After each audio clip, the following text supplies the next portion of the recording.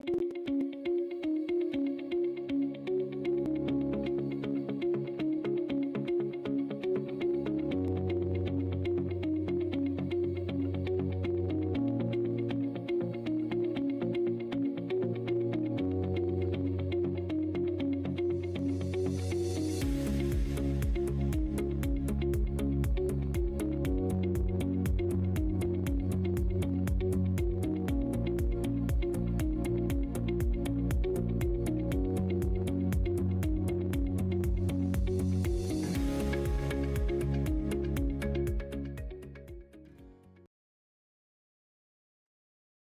afternoon, everyone. We are talking from CEBRI headquarters in Gávea, Rio de Janeiro. This afternoon, we have the pleasure to receive two academics from the Shanghai Institutes for International Studies. It's institutes in the plural. Li Kaisheng, Senior Fellow and Vice President of the Institutes, and Yu Haibin, Director of the Institute of Foreign Policy Studies of CIIS. We are going to proceed the following way. Professors Li Kaisheng and Yu Haibin are going, each one of them, to make a short presentation, 10 to 15 minutes, one about foreign policy in general, the other more focused on China and Latin America. And then we are going to have a small questions and answers moment here. So welcome you both. Thank you very much for joining us today. Professor Li Kaisheng, the floor is yours. Thank you so much, Mr. Ambassador. It's a great honor for me and my colleague Yu Haibin to be here to share some opinions with you. I think my presentation is focusing on China's foreign policy. I think now maybe when people talk about China's foreign policy, some people may say China would be the next US, which means that the US is an older hegemon and China is a new hegemon. I think this is one opinion. But maybe another opinion is that some people may say China is the next Russia, because now there is a war between Russia and the conflict. And according to this opinion, and China maybe in the future may have another war with its neighbors. So I think this is another opinion about China's foreign policies. But in my understanding, actually, every country is different. Every country is different because of its tradition, because of its history, because of its cultural strategy and worldview. So I think China is not actually, in my understanding, China is not China is not the next US. China is not the next Russia. Just like Brazil, Brazil is different from other big powers. For example, India. India is a big power, and Brazil is a big power. But the nuclear policy, your nuclear policy is different. It's different. I know that. So every country is different. China is different from the US. Why I could say that? In my understanding is that, for example, the philosophy of American foreign policy is that unipolarity. So I think this is why now the US is addressing the power competition with China, because the US doesn't want to any new powers to replace its position. So this is a thinking of unipolarity. But China's worldview is multipolarity. Actually, in 2023, President Xi Jinping he proposed the concept of equal and orderly multipolarity in the Working Conference of External Affairs. So I think China's philosophy is different. From this perspective, China doesn't want to have a power competition relations with the US. Of course, maybe in my understanding, maybe some part of this bilateral relations is a little about the competition, But I think the most part of this bilateral relations could be cooperation. I think from Chinese perspective, cooperation is necessary and it is possible. Because of these big powers, economically, they are interdependent. Geographically, actually, I don't think the US and China has a real geopolitical conflicts because of the Pacific existence. We are all of us, we are students of international relations theory. We know that. So I think this is a very big difference. Of course, the another big difference is that the US is a very rich country, and I think its GDP per capita now is about $80,000 GDP per capita. But China's GDP per capita, I think in 2023 is more than 13,000 US dollars. So China actually relatively, China is still a very poor country. So the US can do so many things, but China actually, of course, now it is trying to make more international contribution, but it is still a very poor country. So I think this is a big difference. China is not the US. And of course, China is not the next Russia. I think the factor is very, very clear. For example, economically, now Russia are sanctioned by the West. So economically, Russia is isolated now. But for China, actually, I think now China is a very globalized economy. Even with the strategy of American strategy of, how do you say, higher wall and a small yard, because even this American strategy, China's economy is still very globalized. So I think this is a very big difference between China and Russia. And very important difference between Russia and China is that it's a security strategy. I think for Russia, its security strategy is that if you want to defend, you have to offend. I think this is Russian security strategy. So I think this is why there is a Ukraine war, because Russia is feeling there is a threat of expansion of NATO, and then a very big serious things happened in Ukraine war. So I think this is the result of Russian security strategy. But I think Chinese security strategy is different. I think for China, the security strategy is that the most offense is to defense. How do you understand that? Please look at the situation in South China Sea. South China Sea, now there is a territorial disputes in that area.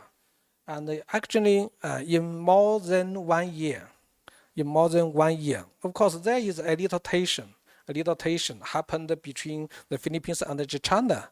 But I think compared with the situation in Middle East, in Ukraine, so I think actually China's behavior is very, very, very, very low profile. So I think this is Chinese security strategy is so different from Russia.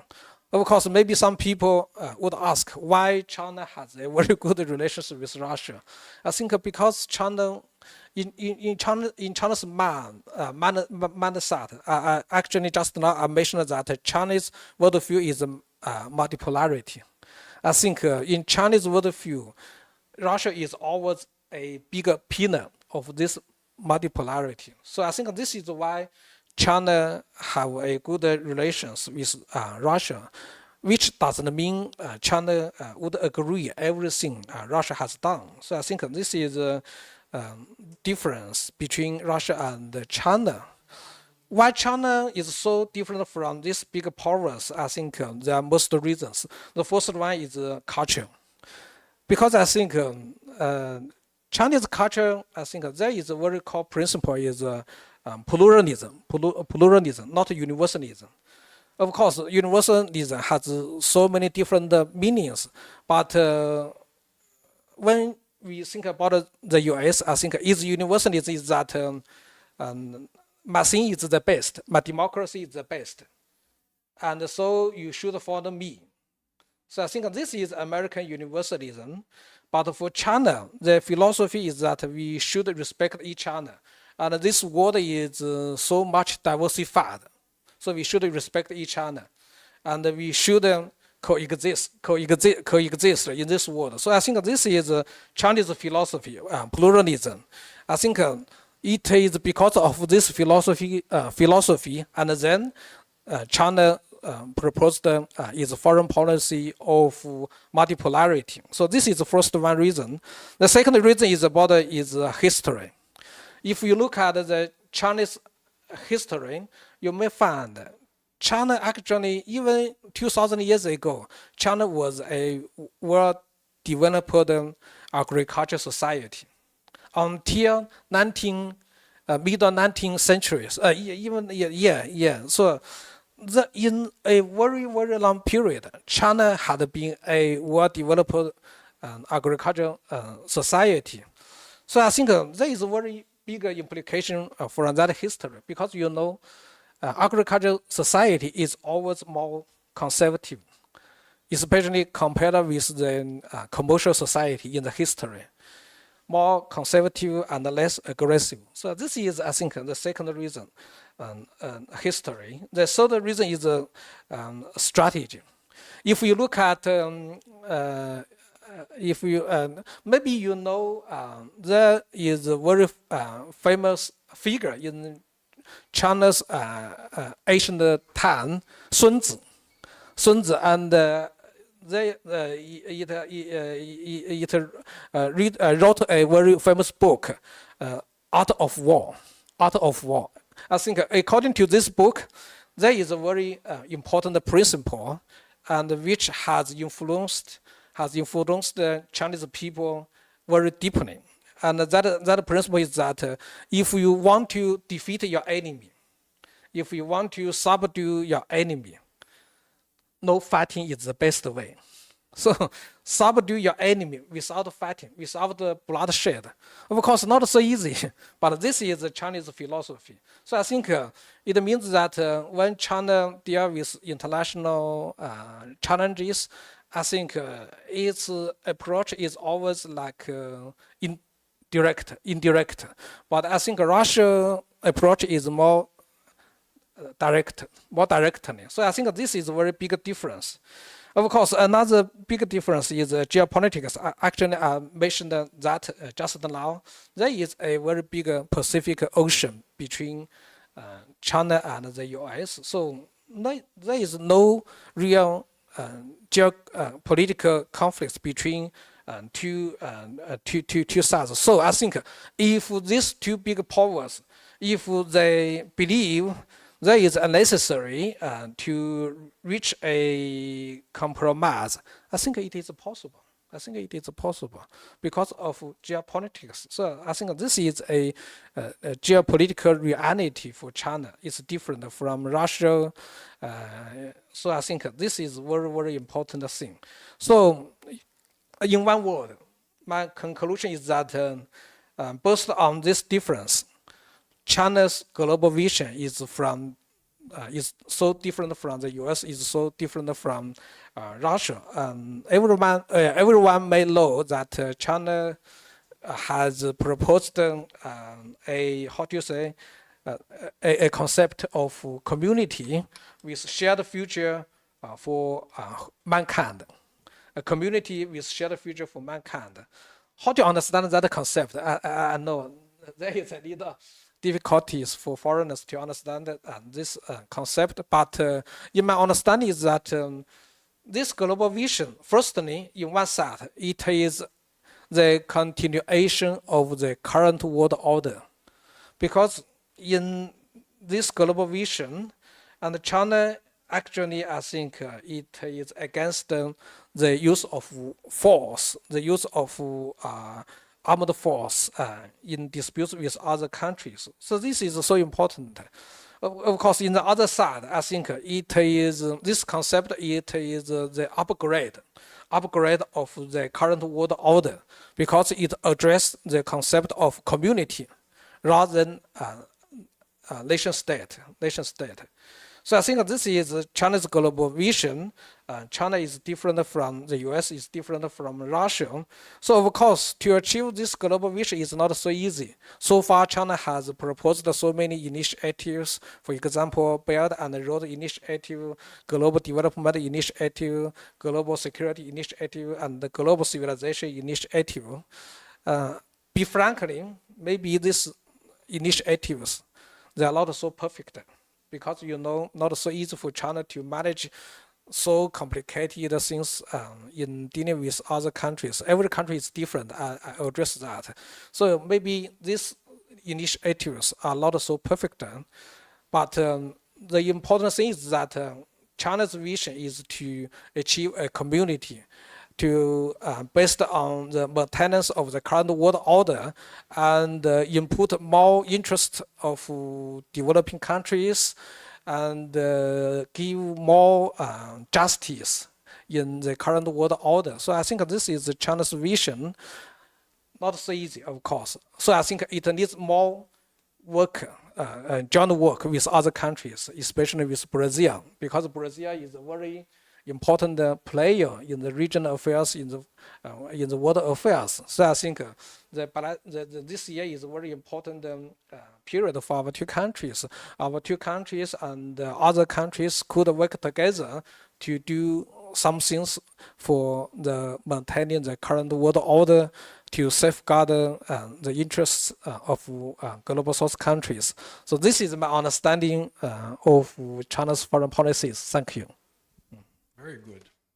This was a very interesting presentation about the fundamentals of Chinese foreign policy. Yu Haibin, now you're going to talk about relations between China and Latin America, isn't it? Yes. Thank you, Ambassador. I'm very happy to back to CEBRI and also have this opportunity to talk about China's relationship with Latin America. I think when we touch upon this topic, we have to think the international context or environment for this relationship.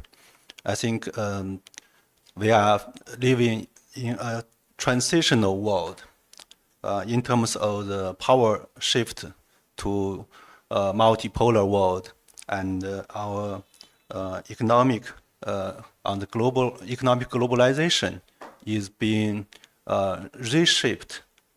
Even some people talk is slowing or anti-globalization. And also I think our world is going to follow a sustainable development road. So these are the general environmental factors for us to think about the China-Latin America relationship. As Professor Li has mentioned, China is a different actor from the United States, Soviet Union, or Russia. But I always think, as a new partner for Latin America, what are the new contributions can China make to the region's development? So I think the China-Latin America partnership has moved toward a sustainable development-oriented partnership.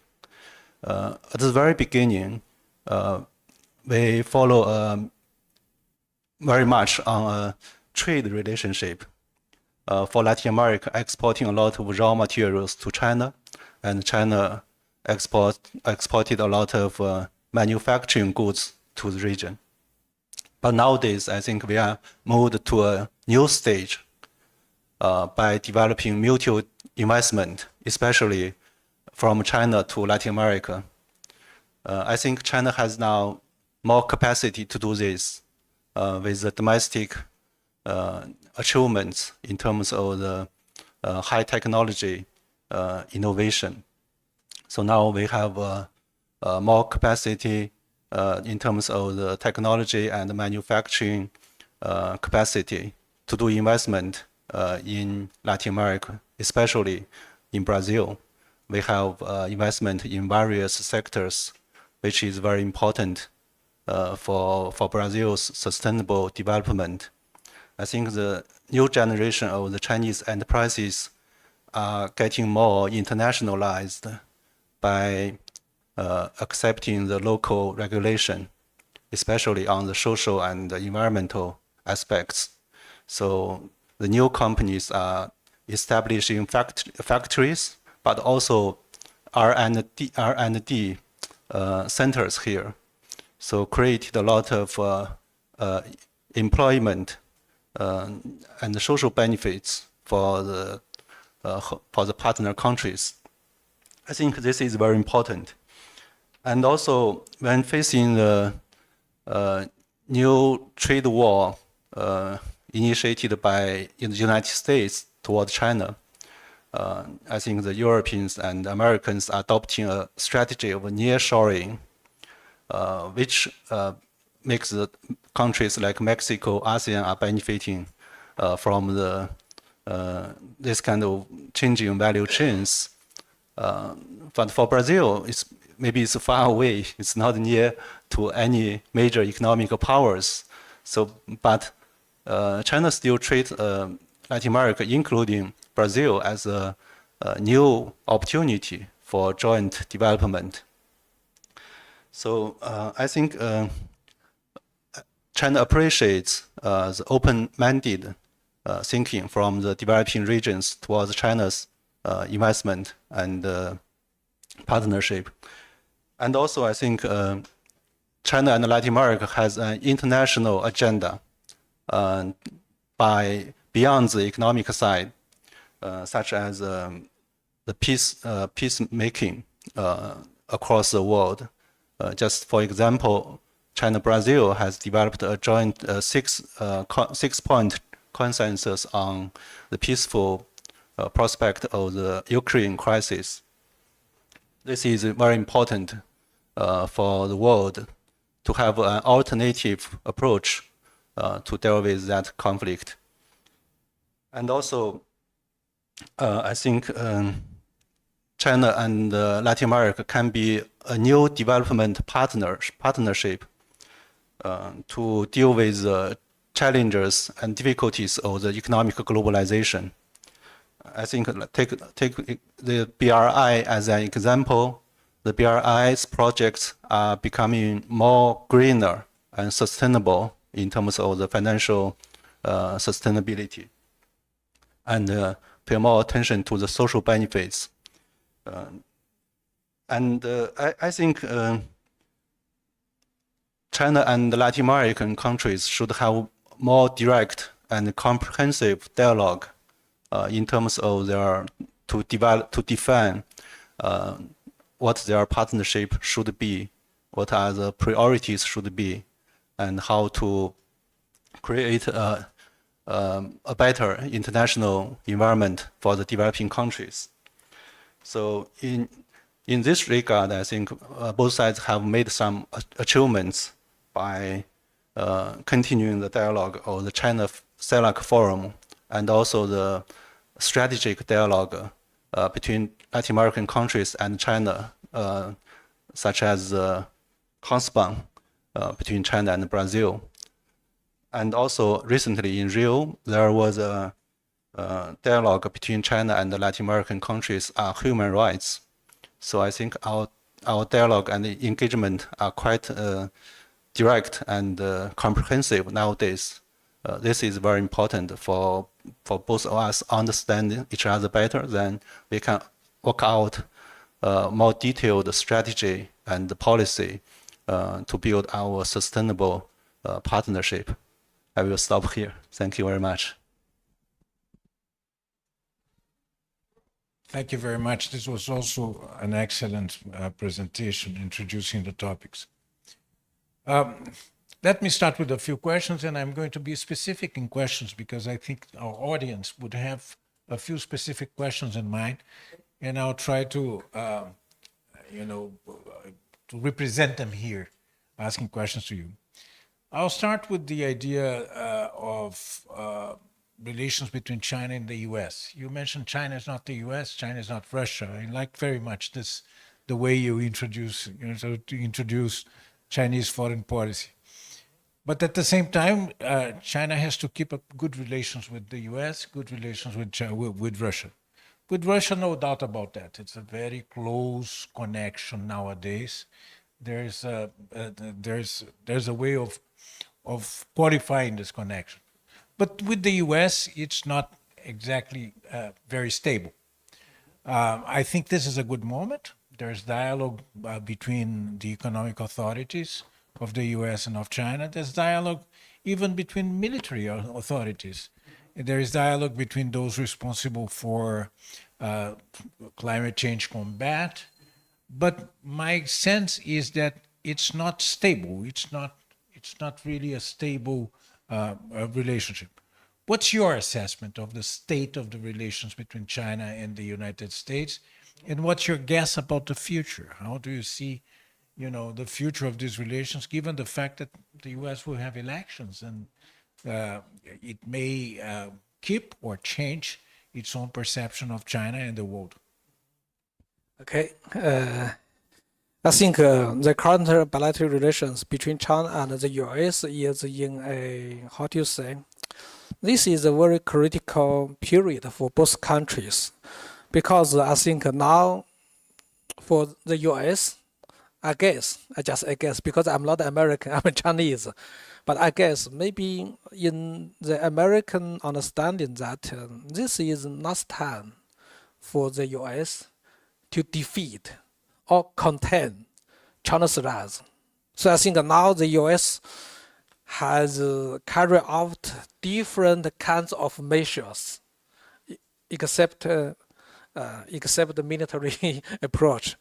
But everyone other measures, economically, in high-tech field, even people-to-people exchanges, and so on. So I think this is why we have so many difficult times with the US. So this is a very difficult time for our both countries. But I think if the US could realize that the fact is that China could not be defeated. So I think maybe the US could change its idea, change its positions. I think this is the first factor. But in the other side, if the US could realize that actually the benefits from the current situation is, is better for the US. So I think if US realize these two factors, I think maybe our bilateral relations could be changed to a better direction. But I believe, be frank, it needs some time for the US. Now because Trump administration, I think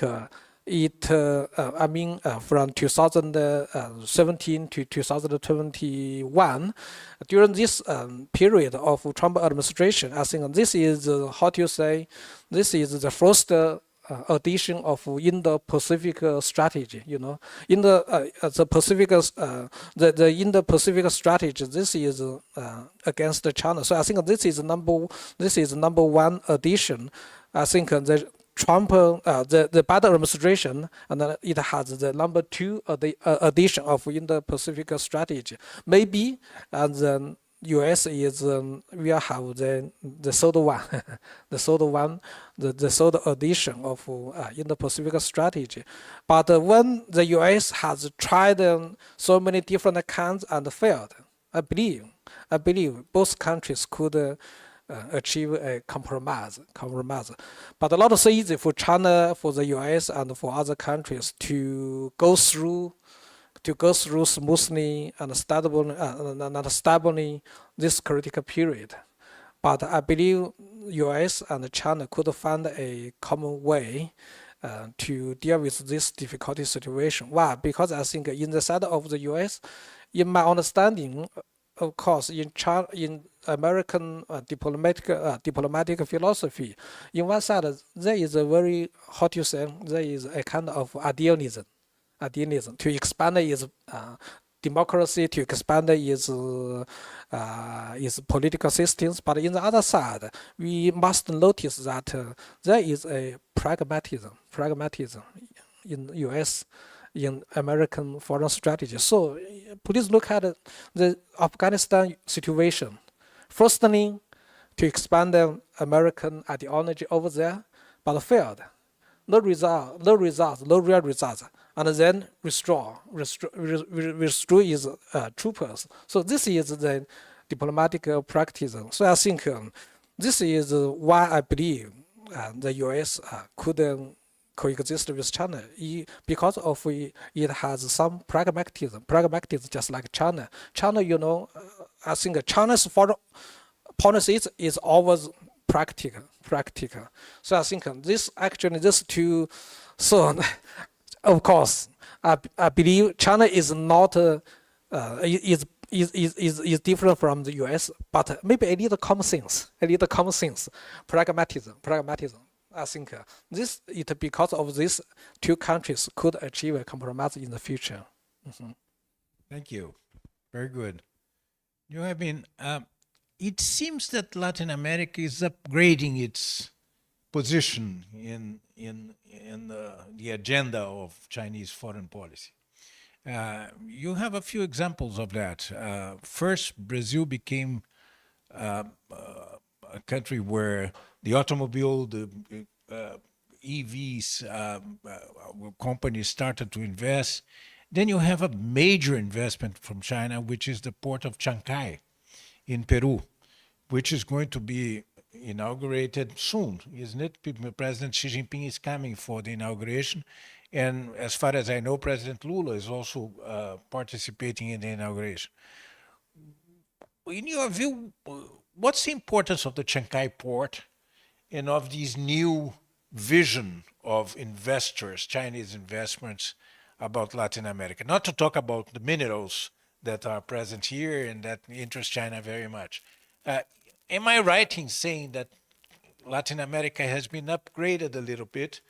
But in particular, I would like to hear from you about the impact of the Shanghai port. Yes, thank you for the question. I think the Chinese investment is quite important for deepening our development partnership. And in these days, I use the Uber for the transportation. A lot of local ladies are driving the BYD. This is quite interesting for me because maybe it's cheaper and more effective for making money and creating the local employment. This is just a very small example. As to the example of the Shanghai port, it has attracted a lot of attention internationally. People are thinking about this kind of huge infrastructure, the implication for the region's security and also economy. I think the big infrastructure is quite important for the regional integration and also the international trade. That's why President Lula was interested in attending the ceremony of the opening of the port, because the port will serve the regional trade and also serve the trade between Latin America and China. Several days ago, we just visited the Panama Canal. And the people from Panama, they are quite confident if there are alternative canal was built in Mexico or Nicaragua. That's not challenging for their own canal, because the trade volume is huge.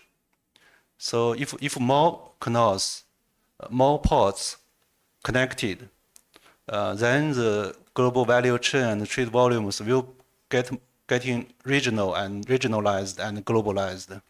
That will be a huge development opportunities for all the stakeholders across not only the region but also the globe. So I think this kind of infrastructure investment is especially important for the developing regions like Latin America. Thank you. Let's talk about the international reality.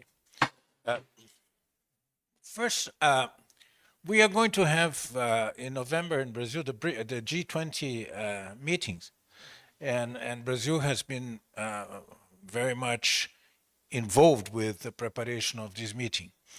And this comes at a moment when the credibility of multilateral institutions is very low. And some of them are showing a level of inefficiency that is unexpected, I would say. How China regards the G20, and to what extent China is a believer in the reform of the multilateral institutions? Maybe I could answer this question and give me a very general understanding. I think G20 is a very important platform for international society, because now we know the United Nations system is weakening because of different factors. You know, in the Middle East issue, no very strong response from the United Nations, and even in the issue of Ukraine war, no very strong reaction from the United Nations systems. Of course, there are some different opinions about the reason. Of course, in China's perspective, personally, is that you know, now it because of lack of, in my personal opinion, why the U.S. system is so weak, because of short of coordination among different major powers. So the Security Council doesn't work, yeah? So I think this is one G20 is so important, because G20, of course, we have 20 countries, yeah? Not so easy to achieve a agreement in any issue. But most importantly is G20 means that maybe this is only very important platform which could include the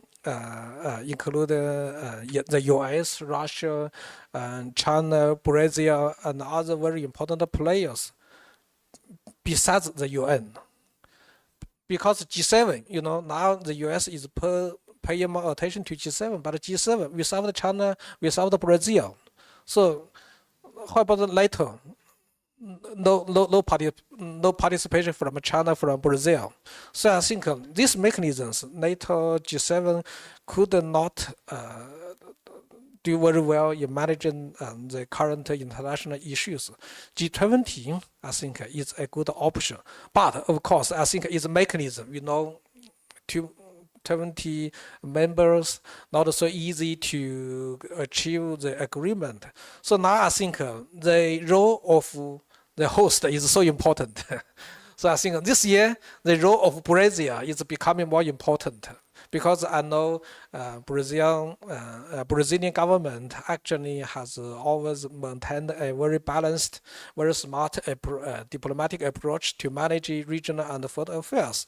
So I'm looking forward to in this summit, G20 summit, and by the leadership of Brazil and these powers, China, including China and the US, and could agree something in so many different issues, in Ukraine war, in Middle East, and in other issues. I hope so that. Well, let's continue on this topic and talk about BRICS.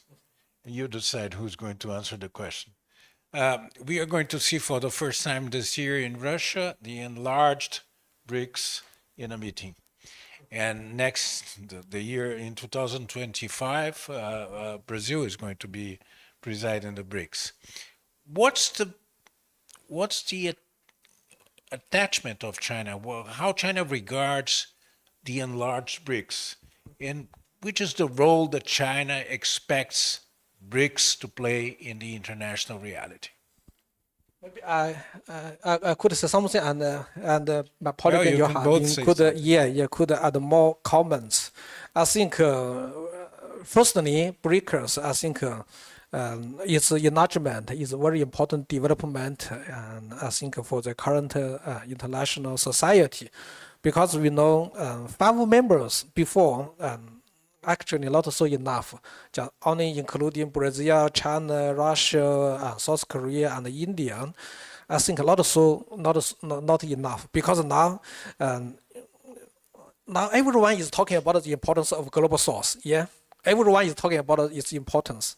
But if we only have 5 countries to be the member of BRICS, so I think not so enough for this world.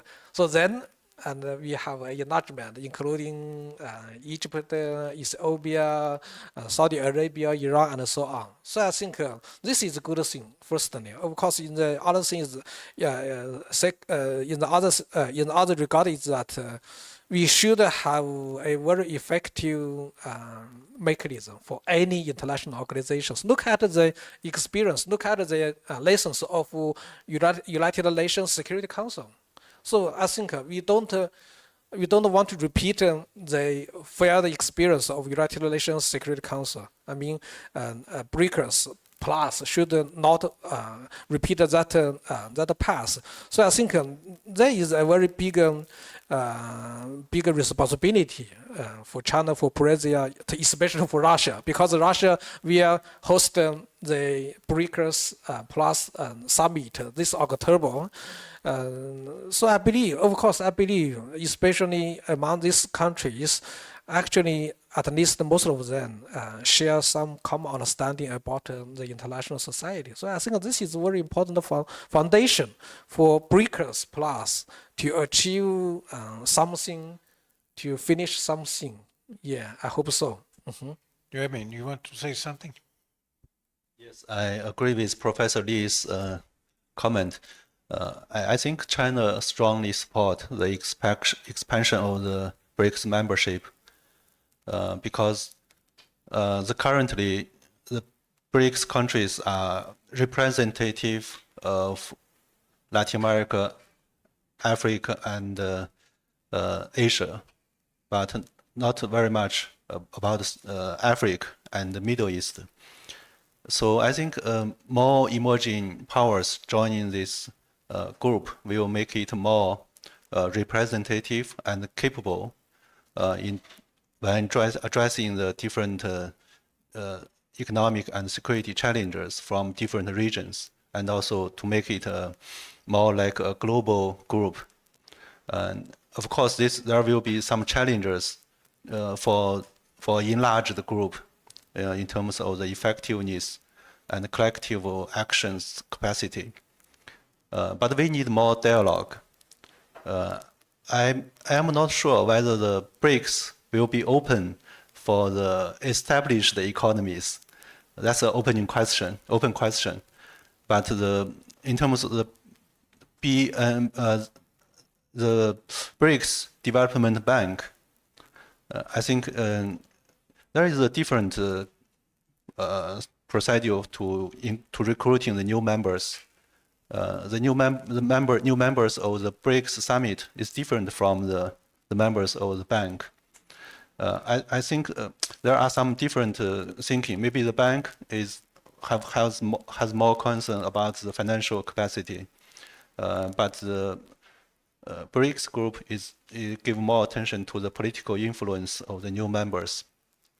But I think, generally speaking, the enlargement of the BRICS will make it more representative in the developing world, and that will be a positive development. Very good, very interesting observations. Let's talk about another initiative by China, the Belt and Road Initiative, because it's really gaining a lot of attention internationally. There is in several areas in the world the perception that the Belt and Road Initiative was initially a development initiative. It was worried about investments in infrastructure in different countries. But some believe that now it has a geostrategic role for China. Now it gained a new relevance in Chinese foreign policy. Is this right or wrong? I think actually, if you notice Chinese narrative about the BRI, I think there is a very important saying, and BRI is a public goods. This is, I think, this is a Chinese saying. I think this is so important, which means that this is open to everyone, even the Western countries. They could participate in this initiative. So if every countries participated this initiative, so I think this is no geopolitical thing. This is a, how do you say, this is a thing about development, about investment, about infrastructure, and so on. Actually, even you may notice that when BRI was proposed by Chinese government, during that time, and our government is always addressing another concept, the participation of third parties, which means that we should cooperate with other powers, especially developed countries, to do something together in the developing countries. But I think the US said no. Its Western allies said no. And the US, actually, I think it has invented so many different initiatives. I could not remember their names because there are so many different. Anyway, so I think, be frankly, now there is some geopolitical thing happened about BRI, but not because of China. It because of the US. US is always challenging the China's position in this area. So, and then US and its Western allies want to another things to balance or against China's position. So I think this is something about geopolitics, but not because of China, it's because of the US. So I think in the future, if the US and its Western allies could work together with China to do some things for the developing countries, this is a so good thing. This is a so good thing. So I think this is my understanding about your question. Do you want to comment? Yes, I think BRI is not a geopolitical strategy. It's a platform for China to develop a deeper and comprehensive understanding and partnership with countries across the world. The commentators focus on the infrastructure projects, maybe because of its size, its strategic implications. But BRI is not only about the infrastructure sector. It focuses on different levels. I think the first is at the political level is to encourage policy dialogues about what's your priority, what's our priority, what are to identify where we can cooperate and where is the potential for cooperate. I think this kind of dialogue is much more important than the infrastructure projects, because I think the success of the infrastructure projects depends on the quality of the dialogue. If we don't have an agreement to build the huge infrastructure, there will be no results coming out. I think the similar initiatives from America, from the European Union, are following this model. Like the Americans, they are going to Latin American countries to have dialogue, to improve the doing business environment, to coordinate the tax, this kind of policy framework, then to encourage the private sector to go to the partner countries to do investment. I think that's a similar vision from the Chinese side, because the Chinese companies, either the state enterprises or the private enterprises, are relying very much on the this kind of policy dialogue. Then they can have more certainty to do investment. So I think that there's a lot of similarities. And from the Chinese side, we are quite open for the BRI to have partners from Europe, from United States. So I think this is some things we should pay more attention to that. Thank you. We are approaching the end of our debate, and so I have to ask one question to both of you. And it's a question about, for the academics, it's not a question about the government's attitude.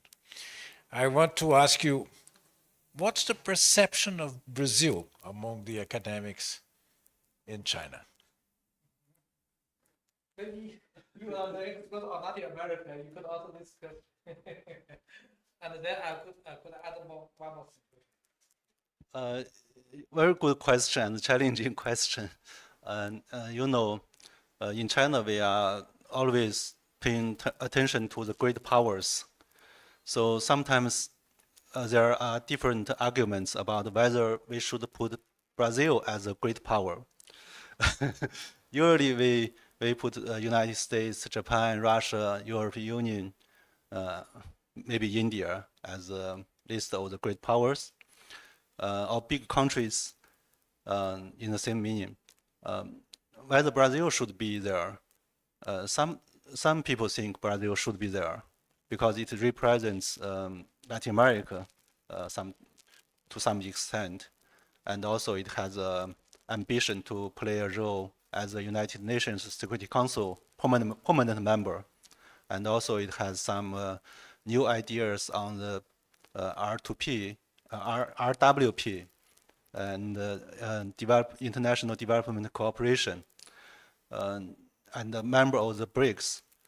So when I come to Brazil, our Brazilian colleagues told me Brazil is a middle power. I'm a little bit disappointed by this kind of identity, since you have ambition to play a larger role in the United Nations Security Council, the climate change negotiation, and global economic governance. Maybe you should have a higher position. Self-esteem, a higher self-esteem. Yes. Yeah, I know the time is very limited, but I want to add something about your questions. Yeah, but I just want to say something about my understanding about Brazil. I think three things very, very important. Firstly, Brazil is a country with the bigger potential. Your size, the number of population, natural resources, very big potential, I think. This is the first one. The second one is your location. Actually, the location of Brazil is not in a very sensitive area, not in the Middle East, not in the Pacific. So I think in the current international issues, by this location, Brazil could play a role of credible role between the north and the south, between the east and the west. This is the second thing. And the last thing is that I think Brazil actually I think it is a very wonderful combination of different civilization, Western civilization, Portuguese civilization, and the local civilization, Indian civilization, even African civilization, So I think this is a very good thing because I think for your people, but this the coexistence and interaction of different civilization, your people, Brazil, could a very smart, very positive, and a very balanced approach. I think this is which approach is so important for our world. This is my understanding. Thank you very much. I think we could continue for a long, long time, but we will have to stop because we already have 1 hour of this webinar. Thank you very much, Li Kai-shang, Liu Haibin, for your presence, for your comments. It was very enjoyable to have this exchange of views with you. Thank you. Thank you so much. Thank you.